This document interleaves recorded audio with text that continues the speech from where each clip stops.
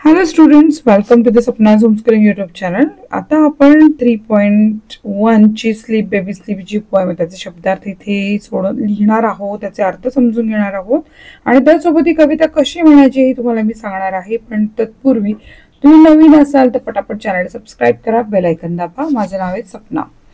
So stanza 1 poem. Sleep baby sleep, sleep baby sleep, your father hugs its sheep. Your mother shakes the little tree from which fall pretty dreams on thee. Sleep baby sleep, sleep baby sleep.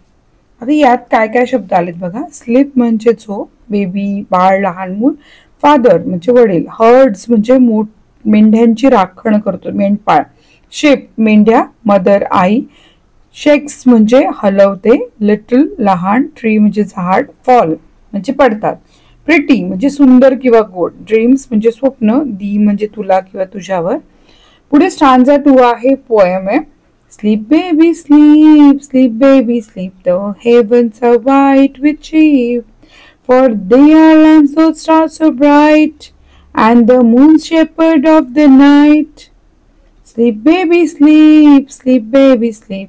त्याचे words बघा काय काय आले त्या कडव्यामध्ये. 5 ओळींचं कडवं आहे, त्याला stanza म्हणतो आपण.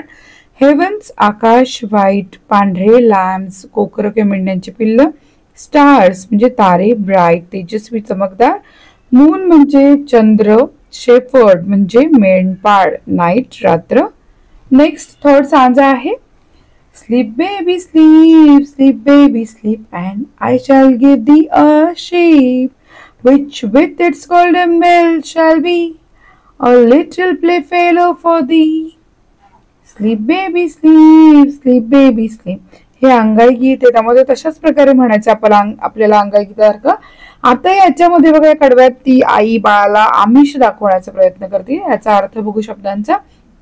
गिव्ह म्हणजे देईन, दी म्हणजे तुला, कारण हा ओल्ड इंग्लिश आहे सो त्याप्रमाणे याचे उच्चार होतात. शेप म्हणजे मेंढी, विच जी किंवा जो, गोल्डन म्हणजे सोन्याचा, बेल म्हणजे घंटा, शाल बी म्हणजे असेल, लिटल लहान, प्ले फेलो म्हणजे खेळमित्र आणि फॉर म्हणजे साठी. So stanza 4 poem. Sleep baby sleep, sleep baby sleep, and blink not like a sheep or else the shepherd's angry dog will come and bite my naughty dog. Sleep baby sleep, sleep baby sleep. आता याच्यात आलेले अवघड शब्द बघू. ब्लीट म्हणजे मेंढीचा आवाज मे मे करणे, not म्हणजे नाही, लाईक म्हणजे सारखा, एल्स म्हणजे अन्यथा किंवा नाहीतर, शेपर्ड्स म्हणजे मेंढपाळाचा, अँग्री म्हणजे रागवलेला, डॉग कुत्रा, कम म्हणजे येईल, बाईट सावा घेईल, नॉटी म्हणजे खोडकर, रोग रोग म्हणजे काय, खोडकर मुलगा. नेक्स्ट कडवं आहे तर बघ वाचूयात आपण.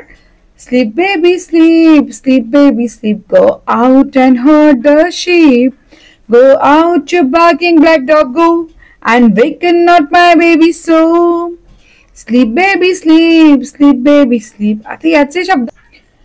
गो जा, आउट बाहेर, हर्ड कळप किंवा जनावरांचा समूह, बार्किंग म्हणजे भुंकणे, ब्लॅक काळा, डॉग कुत्रा, वेकन म्हणजे जागे करणे, वेकचा भूतकाळ आहे हा, नॉट नाही, माय माझं, बेबी म्हणजे बाळ आणि सो म्हणजे असे किंवा तसे.